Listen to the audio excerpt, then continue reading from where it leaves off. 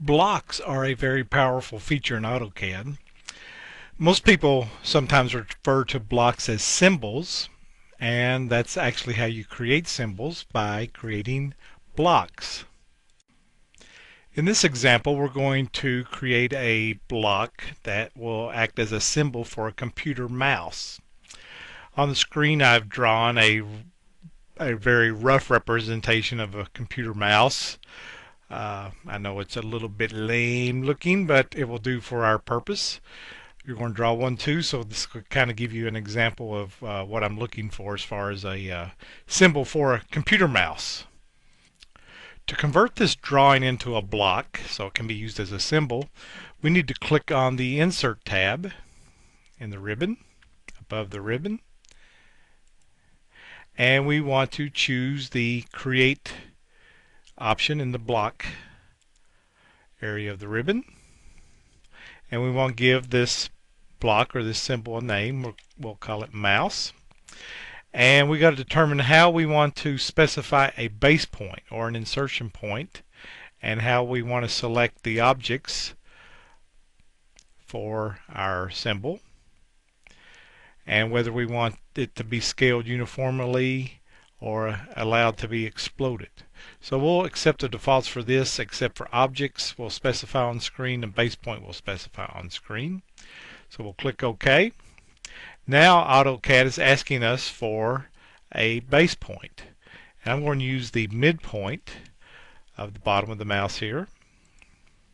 And then it's asking us to select the object. So I'm going to put a window around all of these entities that make up the mouse, and then hit enter. And you've just created a block. Now that we've created this block, we should be able to insert it. So if we click on the Insert command, and we should be able to pull a drag down menu here to see our list of blocks. So far we only have one, and it's the mouse, so we'll hit OK. And you should be able to drag in the mouse wherever you want it to go. Notice that when you drug it in, it came in and it was handled by the base point that you specified earlier when you created. Okay, so we saw how to create a block and how to insert it, but when we inserted it, we really didn't have much control over it except where to place it. Maybe we might want to flip this mouse around in a couple different directions. So there's a way to actually do that through the block editor. So let's click on the block editor command and then choose the mouse as the block we want to edit. Okay, now that we're in the block editor, you should notice a block authoring palette, probably on the left side of your screen. In this exercise, we're going to take a look at the Parameters and the Actions tab of the block authoring palette. Okay, let's first set up a parameter that will allow us to flip the mouse along the bottom edge of the mouse. So with the Parameters tab selected, I'm choosing the Flip option. And then AutoCAD is going to ask us to specify a base point of the reflection line. I'm going to choose the midpoint of this line at the bottom of the mouse. And then AutoCAD asks us to specify the endpoint of the reflection line. I'm just going to drag it somewhere to the right at the 0 angle. And then we should place the label location. This isn't that critical, where you want to place the flip state label.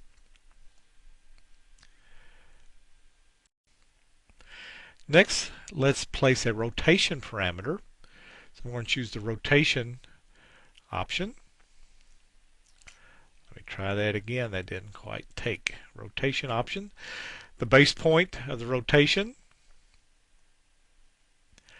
I'm going to choose the midpoint again of the bottom line. And then a radius of the rotation. I don't think that's that critical. I don't think this is that critical. So we'll just draw some radius there. But we want to specify the default rotation at 90 degrees. And then again, place the label for that parameter somewhere.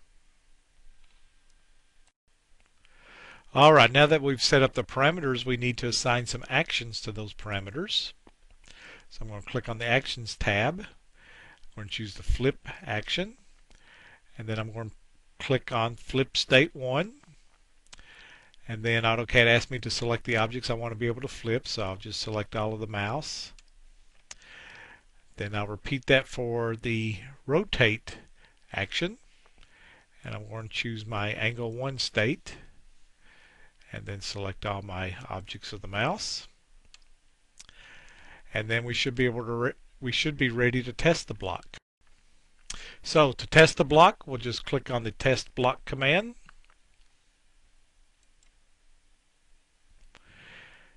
And now if we click on our mouse, we should see the two options for those states we set up. Notice we have the arrow to flip the mouse up and down. And we also have the dot that will allow us to click and rotate this thing at a 90-degree angle. So if our test worked, we can click on the Close Test Block Window option. And then we should be able to go back and save our block.